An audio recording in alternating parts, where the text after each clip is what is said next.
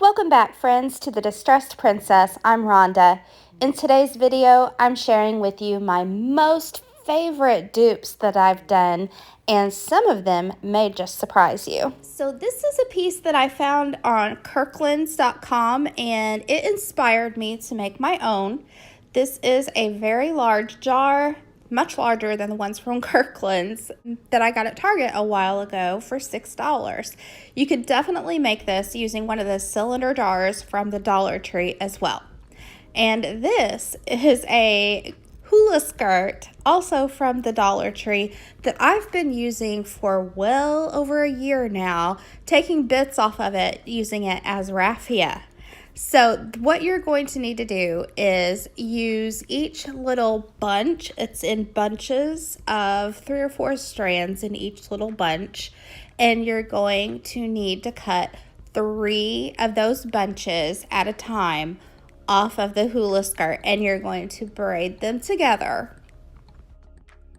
To do the braiding, I used painter's tape to tape them down to my work table, and then I just braided them, and when I came to the end, I tied a knot. And in this project, I think it does better if you do sort of a looser braid. Don't tighten it too much. You want them kind of large. And I also realized that you could do it this way. You can braid it right on the hula skirt. Just tape the hula skirt down and braid your 3 bunches together.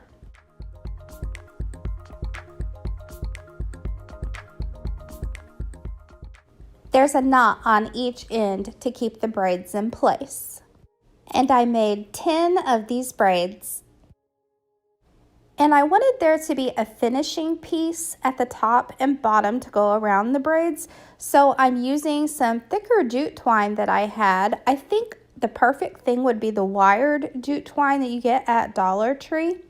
And I just measured it around my jar and cut the length, and you'll need 2 pieces. And then I took a few strands of the hula skirt and I taped it on one end of the jute twine. And then I'm going to wrap it around the jute twine to cover it.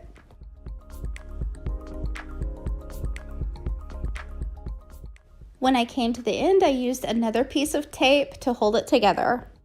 If you hadn't noticed, I was wearing a new bracelet the day I made this video, and I bought it from a lady at an art festival over the weekend, and I just love it. It's one of those snap bracelets. It was inexpensive, and I just love it. But I wanted to mention it because I want you to support your local artist and just go to the local art shows and see what you can find. And back to the DIY, so I have 10 of the braids and 2 of the wrapped jute strings. Now it's time to apply them to the jar, and I just used hot glue, and I started with one of the wrapped jute strings.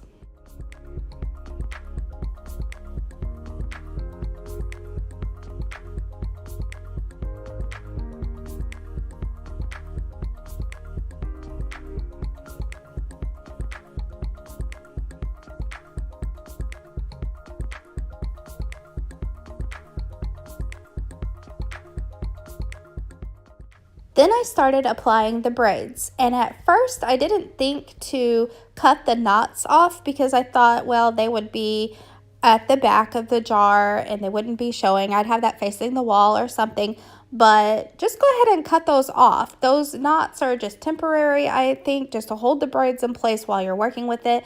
But then when you go to apply it on the jar, go ahead and cut them off for a nicer look.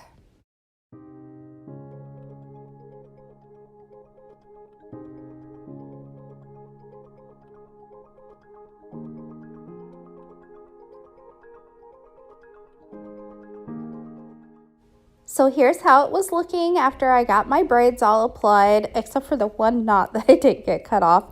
But anywho, then I added the top wrapped jute string.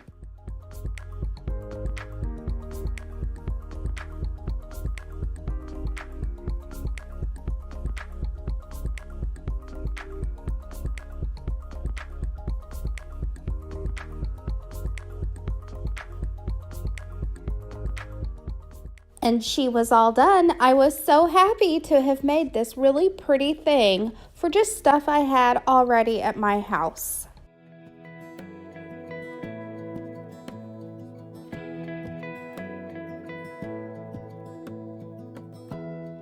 Give me love, give me all your love, oh, 'cause I want you.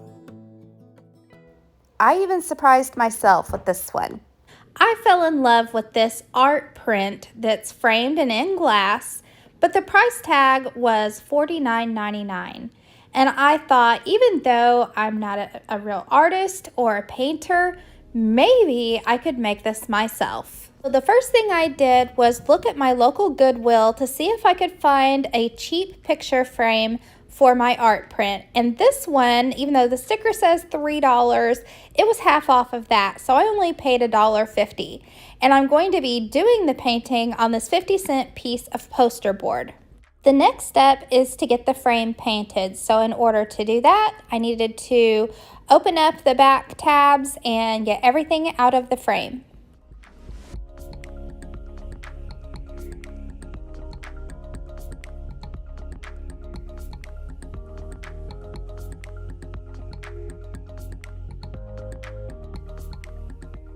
I'm using the Apple Barrel Color Pewter Gray. It took 2 coats for good coverage, and don't forget the little inside piece too. Set your frame aside to dry, and now we're going to prepare to do the painting. And the first thing that I'm going to do is measure out how much of the poster board I'm going to be using for the painting. And to do that, I'm tracing around the glass piece of my picture frame. So the square is going to be the size of the actual painting, but I'm going to leave the whole poster board intact for now so that I don't have to lay anything down underneath to protect my surface. Then I wanted to test my paint colors. I chose all the colors that I thought would be good matches for the colors that were in the art print, and I'm going to see how they look on this cardstock paper before I actually begin the painting. I thought that all of those colors were going to work out perfectly, so here's a rundown of all the different Apple Barrel colors that I bought at Walmart just for this painting.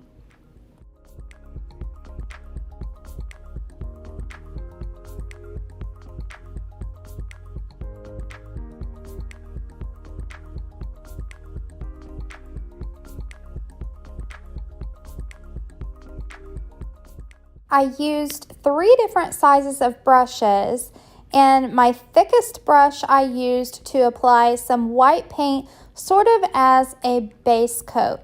And I think that this helps the colors that are more bold. It helps them spread and distribute and blend a lot easier. Off to the side, I had my tablet set up with a picture of the art print from Kirklands pulled up on it. So I was using it as a visual guide in where I added these colors. And so I'm just going to let you watch and see. It's all just painting lines, really.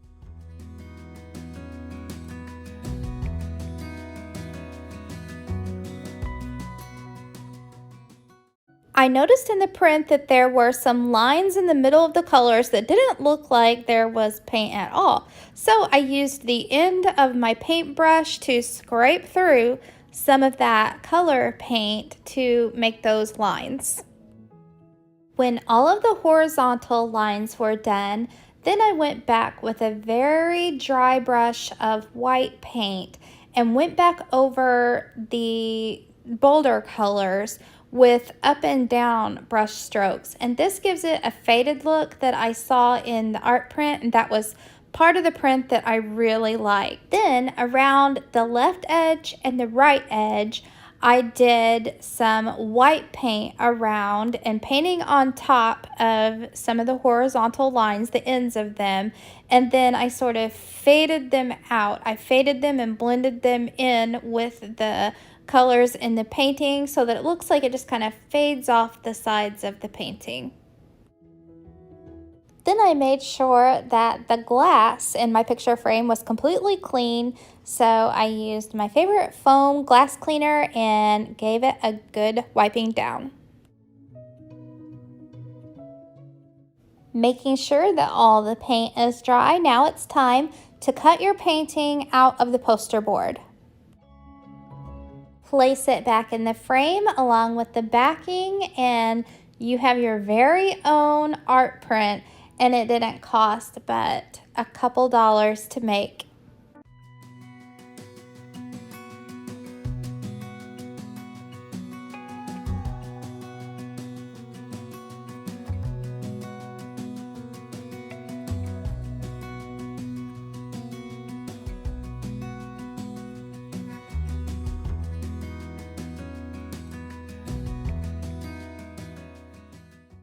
DIY is inspired by something that I saw at Kohl's, and it was for 30 something dollars, and I know sometimes they go half off, but even at $15 I thought I could make this myself. So to make this, you will need a bag of seashells from the Dollar Tree, this curvy glass vase from the Dollar Tree, a glass ashtray from the Dollar General store, which was only $1, and the smaller jar of glass seashells from the Dollar Tree, and some E6000 glue. So all supplies considered, that's only $4 if you already have the glue. If you don't have E6000, you could use the Fix-All adhesive from the Dollar Tree, and you're only in it for $5. I liked to spread my seashells out on the counter so I could see all the different sizes and colors. And then I started filling the vase. And I liked to layer the small ones and the large ones. And with all of them, I tried to face the, I don't know what to call it, the seashell, the pretty side facing out.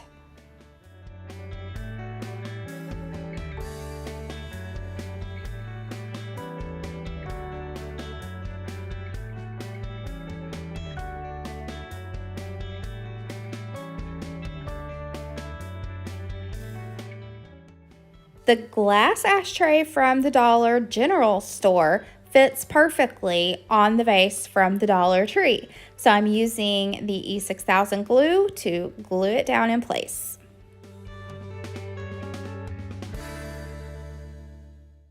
Then be careful handling your seashell vase until that glue sets. I know that the candle holder at Kohl's did not have any starfish embellishment, but that's what's going to make our seashell candle holder even better. So using that starfish from the Dollar Tree, I used 2 pieces of raffia. Well, actually, it's not even raffia. It is 2 pieces of the hula skirt that you get at the Dollar Tree. And I've been using pieces off of this hula skirt for over a year, and I still have hula skirt left. So it's a great alternative for raffia. So I just tied a little knot with the so-called raffia, hot glued it into place, and tied it to the seashell candle holder.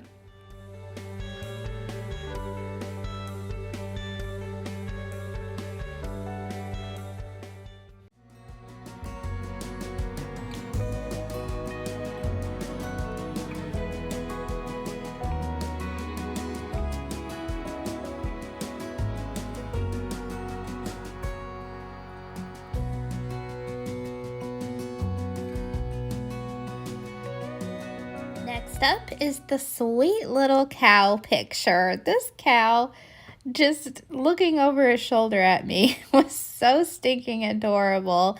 The price tag is $29.99, and so obviously we're just going to need to find a really cute picture frame. I found this one at the Goodwill store. It is a metal frame. I only paid $2 for it, and I liked that it had all these neat little cutouts. Now for the cow, I found the perfect picture. It's a watercolor graphic of this cow, and I got it from Creative Fabrica.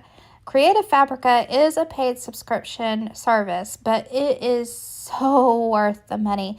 I will leave a link in my description box below where you can go to Creative Fabrica and subscribe if you'd like to.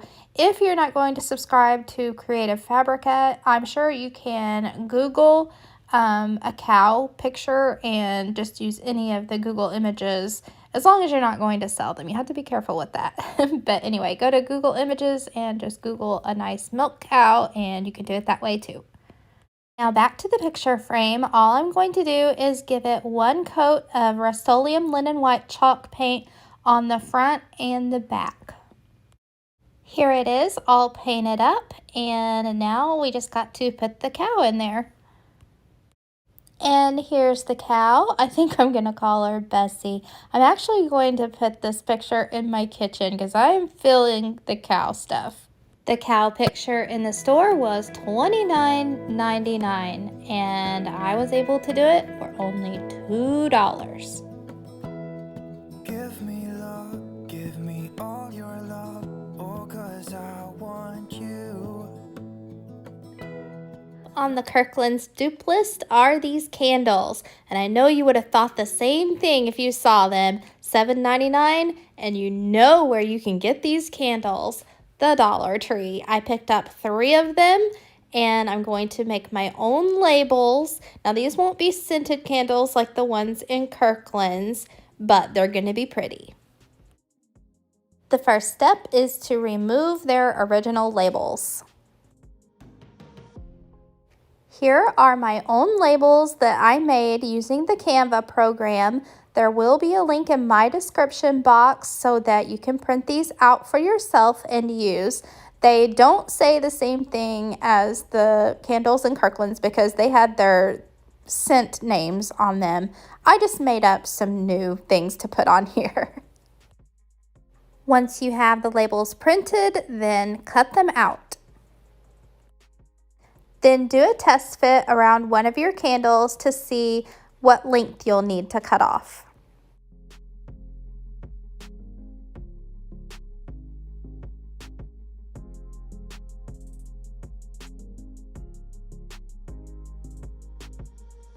Then you'll need some clear contact paper. Cut a piece of the clear contact paper that is the same size as your label, but adding about 1/2 inch around each side. Then peel the backing off of the contact paper and stick it down to the front side of your label. And surprisingly, this went down with not a single wrinkle in it.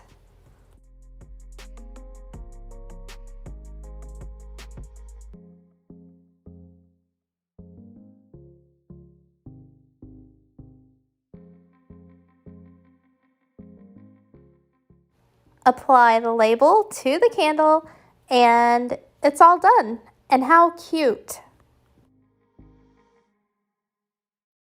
I did notice after the fact that there was a date printed on only one of these jars, and so I just used some fingernail polish remover and it came right off. So if you run into that, just know it's easy to get off of there.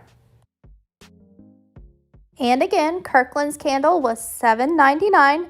I was able to make mine for $1 because I already had the clear contact paper, but they do sell that at the Dollar Tree. So if you had to pay $2, it's still a really good bargain, and so good that I made 3 of them.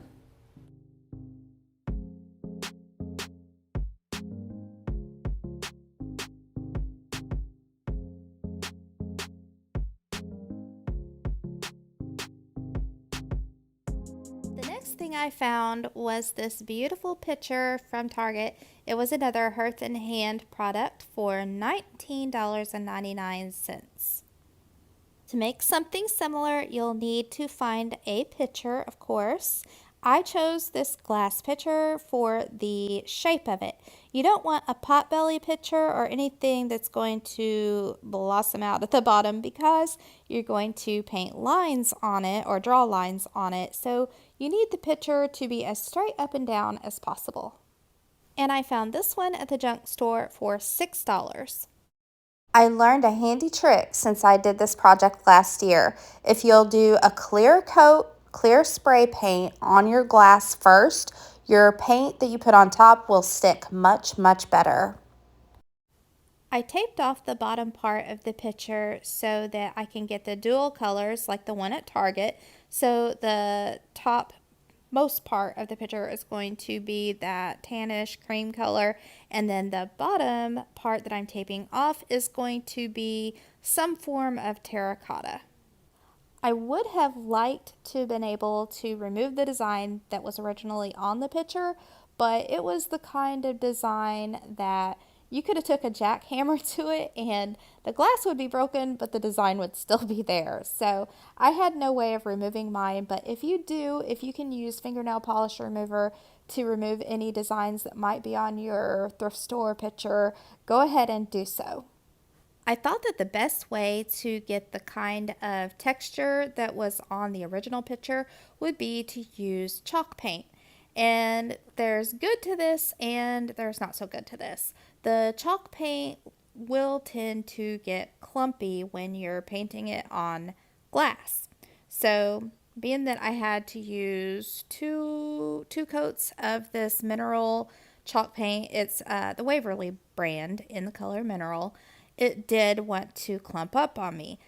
I have seen some spray paint chalk paint at a store that we have around here. It's a big box store called Menards, and I need to invest in some of that and see how it works, because being able to spray paint chalk paint would be fabulous. You'll get an overall better coverage, I think, and less clumping. To make this look more like the color of the one in Target, I am using some white spray paint just to very, very lightly dust a little on to give it a little speckled, textured appearance. And then I removed the painter's tape from the bottom so I could begin working on the color that goes there.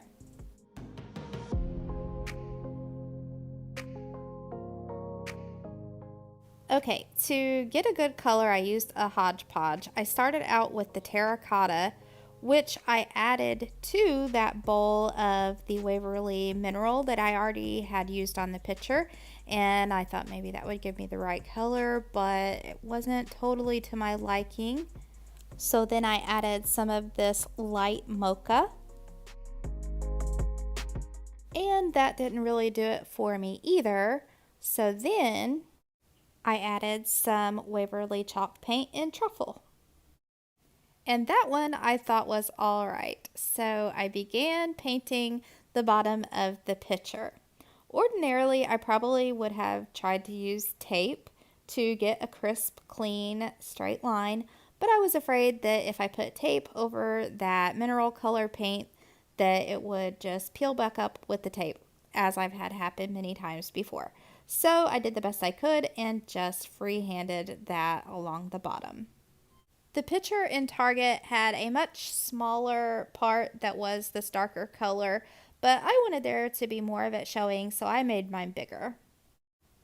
For the lines, after everything's dry, of course, I'm using a navy blue color Sharpie marker.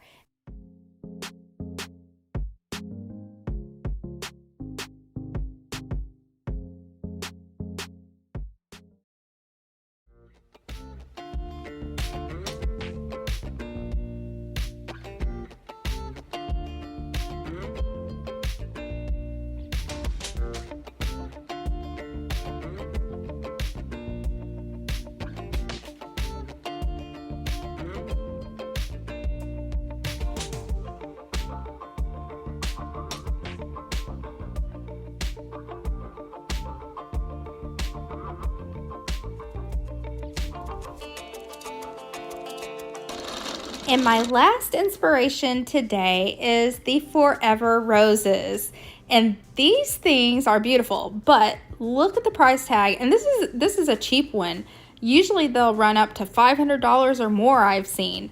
Well, I'm going to make something similar using a box that I found at the Dollar General store. It was only $1, and I'm using 2 bunches of the white roses that you get at the Dollar General, and they're $3 a bunch. So I had this foam already from the Dollar Tree, and you want to fit it inside the box, and you want it to fit perfectly inside the box. And so I just figured out a hack in how to do this like a puzzle. I kind of pushed that foam down onto the edge where it would go, and it made a mark. And then I was able to take my knife and cut that foam into a piece that would fit. Well, almost perfect. It made the box bulge a little bit, so I had to use my knife and cut a little sliver off just so that it wouldn't make the box bulge. And then I cut a couple more pieces to complete the little foam block puzzle. I think in this project it's important that you have the whole box full as you can get it with the foam, and also you want the foam to be the same height all the way around. You want it to be uniform. Then I cut each flower off of the rose bush. There were 6 flowers on each bush, so I had 12 flowers total, which was perfect for this size box. And I'm not for sure, but it looks like to me that the forever roses are more like rose buds. They're not like fully blossomed roses to me. They look like smaller rose buds. So what I'm doing here is I'm taking off the more opened up parts of the flower, like the 2 layers of petals that are on the bottom, along with the green piece that keeps them in place. And then it's really easy just to put these flowers right down inside the foam. I did 3 rows of 4, and they fit perfectly in this box. So if you're able to find this very box and these 2 rose bushes, then you're gonna be set to go. And just look how quick, easy, and pretty this turned out. And you could also spray some perfume on these roses.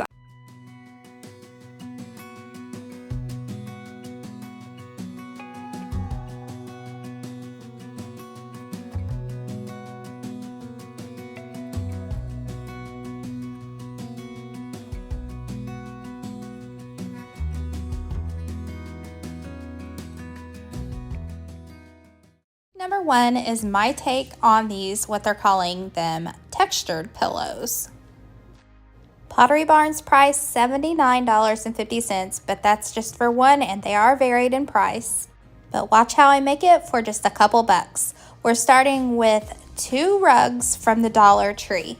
And it doesn't matter if they're matching or not, because we're going to be using the back side of them. See how that looks pretty much like the textured pillows from Pottery Barn. The only problem is they are not colorful for spring, so we're going to need to add some color. First, remove all the tags, including the ones that are stitched into the hem. Then you'll need some blue craft paint. I'm using Blue Kazoo from Apple Barrel. It is fabric safe, so you'll need just a little bit and a little dish of water. You'll need to dip your paintbrush into the water and thin down the blue paint, and then just paint the paint onto the little raised threads. Be an awesome idea. Rug. Those threads soak up the colored paint with the water very easily, and it's not really that messy either. I was kind of afraid that the water might soak into the places around the threads, but you pretty much, if you aim for the threads, it's just going to go on those raised parts. So that's all there is to it. That's just painting these threads. It took quite a bit of time for this project, I would say. It took me at least an hour to paint all the threads on just one of these rugs. And here's how it looked all painted with the blue paint. I am loving it. Now let's just pretend that I did the same thing with this other rug. So I'm gonna have a 2-sided pillow. One side's going to be just the tan and the other side is going to be the blue. So you need to put your painted side, both of your painted sides together. So your outsides now should be the original print that was on your rugs, because now you're gonna sew them together and you'll stuff it to make the pillow. If you have a sewing machine, you can whip this up in no time flat, I'm sure, but I don't have a sewing machine, so I had to hand sew mine. Food for thought would be to use a heavier duty needle, because the rugs aren't hard to go through, not at all, but something a little sturdier than your typical standard flimsy needle. So you do want to use a stitch where they are connecting stitches, like, I don't know if it's called a back stitch, but you want all your stitches connected so that when you turn this inside out and turn it into a pillow, then you won't have any gaps between your stitches. So stitch together 3 of the sides and leave one end open. Then flip the whole thing inside out, which will be right side out, really. Then stuff it with pillow stuffing. I just ripped open an old pillow that I'm not using anymore and stole the stuffing out of there. And you want to make sure that you stuff it pretty full. Make sure that you get it down into those little corners on the end and stuff it to where you think that there's too much, really, because honestly, every time I've made a pillow, I've thought there was too much stuffing, and no, it still wasn't enough. So overstuff these things.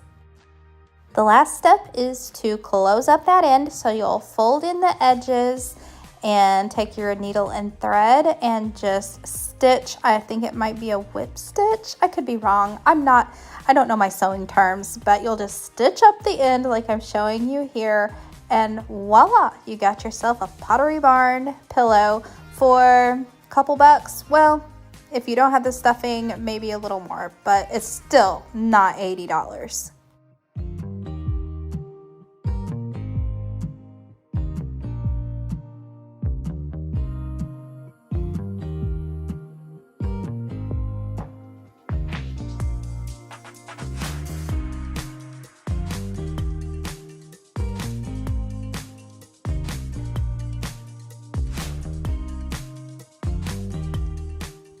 Thanks for watching, everyone. I hope you enjoyed the video. If you want to see more of my favorite spring DIYs, click this link that I've provided for you right here, and I'll see you next time. Bye!